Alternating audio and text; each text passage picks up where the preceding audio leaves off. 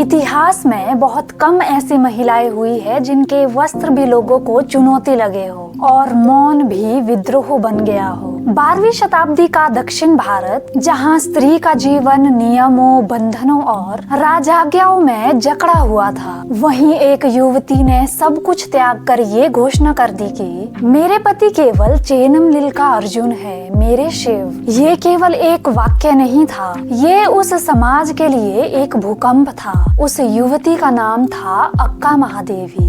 तो कहानी में आगे बढ़ने से पहले अगर आपने अभी तक वीडियो को लाइक नहीं किया तो प्लीज वीडियो को लाइक कर दीजिए और चैनल को सब्सक्राइब कर दीजिए। तो चलिए कहानी शुरू करते हैं।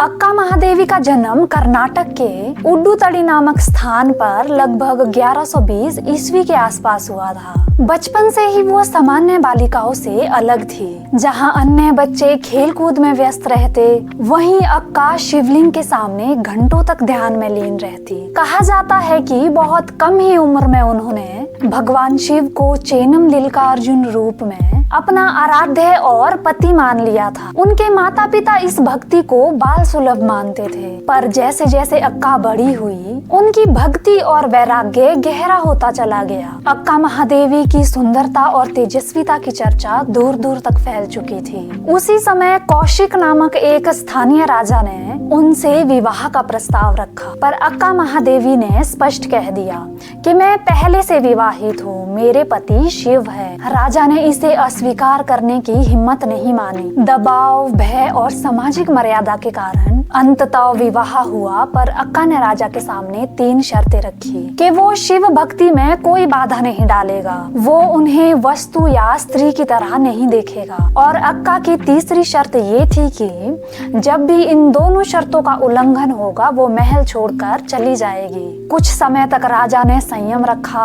पर अंततः उसने तीसरी शर्त तोड़ दी। उसी समय अक्का महादेवी ने वो निर्णय लिया जिसने उन्हें अमर बना दिया। अक्का महादेवी ने महल छोड़ दिया। सभी आभूषण, वस्त्र और राजसी वैभव त्याग कर वो केवल अपने लंबे केशों से शरीर ढककर वहाँ से चली गई। समाज ने इसे पागलपन कहा, पर अक्का के लिए ये मुक्ति थी। उनका मानना था जिस शरीर को एक दिन मिट्टी में मिल जाना है, उसे ढकने या सजाने का क्या अर्थ। ये निर्णय उन्हें तत्कालीन समाज में उपहास, आलोचना और तिरस्कार का पात्र बना गया, पर उन्होंने कभी पीछे मुड़कर नहीं देखा। अक्का महादेवी वचन आंदोलन की प्रमुख स्त्री संत बनी। वो बसवेश्वर, अल्लम प्रभु और अन्य संतों के साथ अनुभव मंडल में आध्यात्मिक संवाद करती थी। उनके वचन सीधे, निर्भीक और आत्मा को झकझोर देने वाले थे। वो लिखती थी कि लोग लाज से वस्त्र पहनते हैं, मुझे तो अपने शिव से अलग होने में लाज आती है। उनके वचन स्त्री की स्वतंत्र चेतना, ईश्वर से व्यक्तिगत संबंध और सामाजिक पाखंड के विरोध का सशक्त स्वर थे। जीवन के अंतिम चरण में अक्का महादेवी श्री शैलम की ओर चली गई, जहां भगवान मल्लिकार्जुन विराजमान है। मान्यता है कि वहीं उन्होंने शिव में पूर्ण रूप से लीन होकर समाधि प्राप्त की। कुछ लोक कथाओं में कहा जाता है कि वो साधारण मृत्यु को प्राप्त नहीं हुई,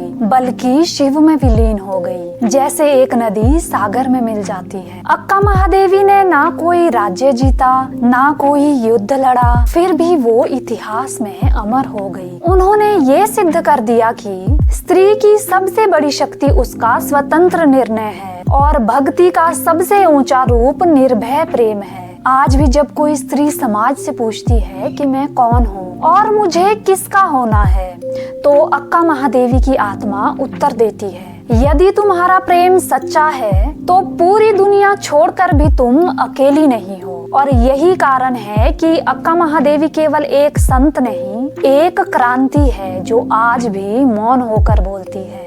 तो ये थी अक्का महादेवी की अमर कथा। उम्मीद करती हूँ आपको ये वीडियो पसंद आई हो।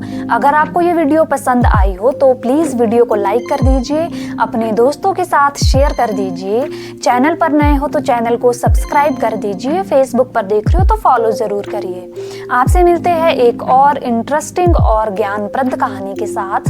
तब तक के लिए राधे राधे।